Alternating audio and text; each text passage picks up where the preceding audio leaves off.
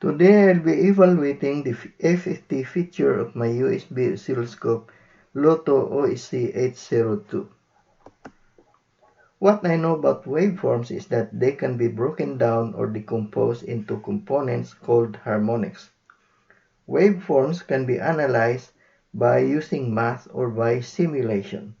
I prefer simulation compared to math since it is less tedious and less time-consuming. Whether math or simulation is used, the analysis leads to a graph of the components. And if you use Fourier analysis, you can have Fourier series of the waveform which gives the spectrum graph of the components. The spectrum is just drawn as bars representing magnitude of the components at its corresponding frequency. If you use FFT, the resulting graph is similar to the spectrum graph, except that at its component frequency, you have a sinusoid or a graph of the sink, sin x over x. But the peak of each sinusoid is equivalent to the magnitude of the spectrum graph. So for a square wave, which I'll be using in the evaluation, the wave consists of odd frequency components. The setup, whether you have a simulation or an actual setup, is as shown. For simulation, the function generator is set to have a 1 kHz frequency and an amplitude of 4 volts. To simulate a DC component, the offset is set to 4. With this setup, the scope shows the square waveform on the scope screen. The spectrum analysis results in the graph shown. Here at 0 frequency, the value is 4 volts. This is the DC component. Bars at 1 kHz, 3 kHz, 5 kHz, 7 kHz, and 9 kHz are the odd frequency harmonic components.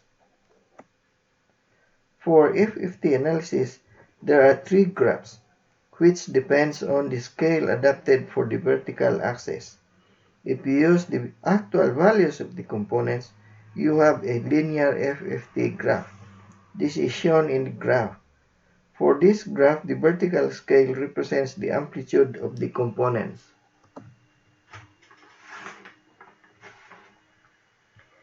If you use the log of the amplitude of the components for the vertical axis, you end up with the upper figure. If you use the decibels to express the vertical scale, you end up with the graph at the bottom.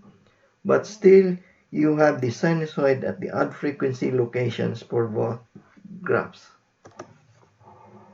The equipment that will be used in the evaluation are the USB scope, the laptop with the OSC 802 version 3.2 installed, and the function generator. The function generator can generate a 1 kHz signal with fixed amplitude plus a DC component. Before starting the evaluation, there is a need to decide how many harmonics to display. For this, I choose that the highest frequency to be displayed is up to the 9th harmonic. For the frequency span of the FFT graph should be 9 times 1 kHz or 9 kHz. Aside from this, the FFT program requires several parameters to be set. One of these is the FFT number. For this particular parameter, I select in the option available a value near 9 kHz. The options available are 1K, 2K, 4K, 8K, and 16K.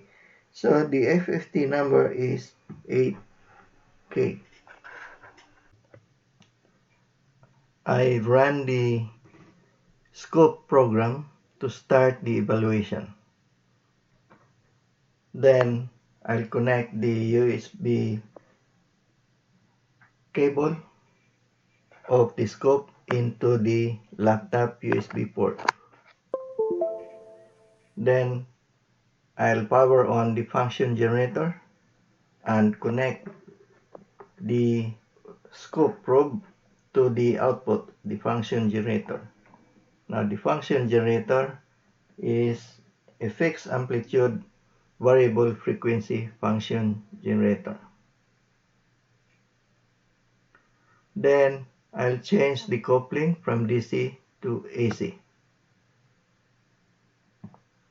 And then, since I'll be using a 1 kHz frequency, I'll change the time base to 1 milliseconds. Now, looking at the frequency of the displayed waveform, it has a frequency of 434 Hertz.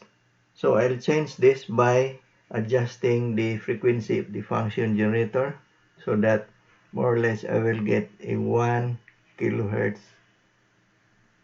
signal.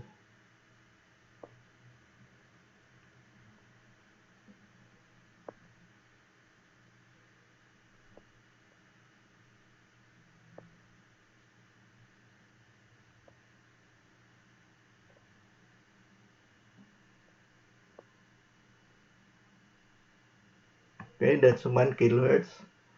And you may change the time base so that more or less you will get more waveform being displayed, say to 2 milliseconds, and we have several waveforms being displayed.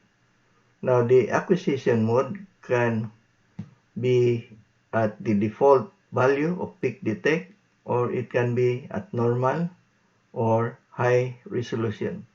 I'll choose high resolution. Then I'll click the FFT icon. So here I can see several components being displayed. Now before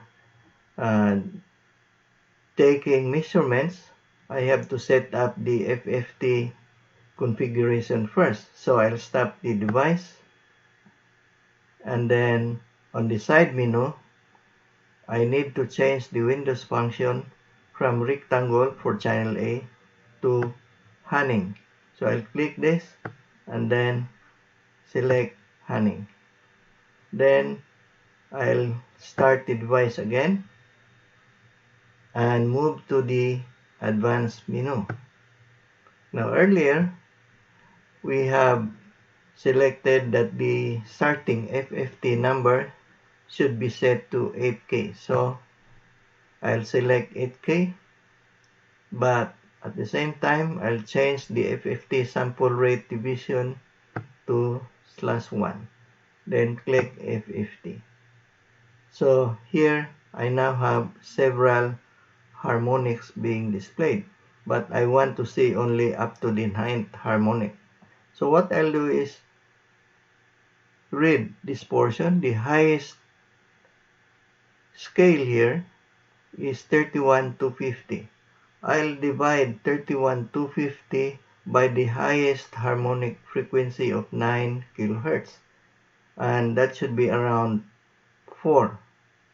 So I'll change, or I'll go back to the advanced menu and change the FFT sample rate division to /4. Then I'll click FFT again. So here I can see that I now have the DC component. I have the first harmonic, the third harmonic, the fifth harmonic, the seventh harmonic, and over here I should be getting the 9th harmonic. Now to see the 9th harmonic, I can use the slider, slide it a little so that I can see the 9th harmonic. It should be around here, but as you can see, the display area is very small. So that's it. That's how I display the FFT up to the 9th harmonic for the square wave 1 kilohertz square wave signal. So the next thing that I'm doing is get these peak values here at the indicated harmonic frequency.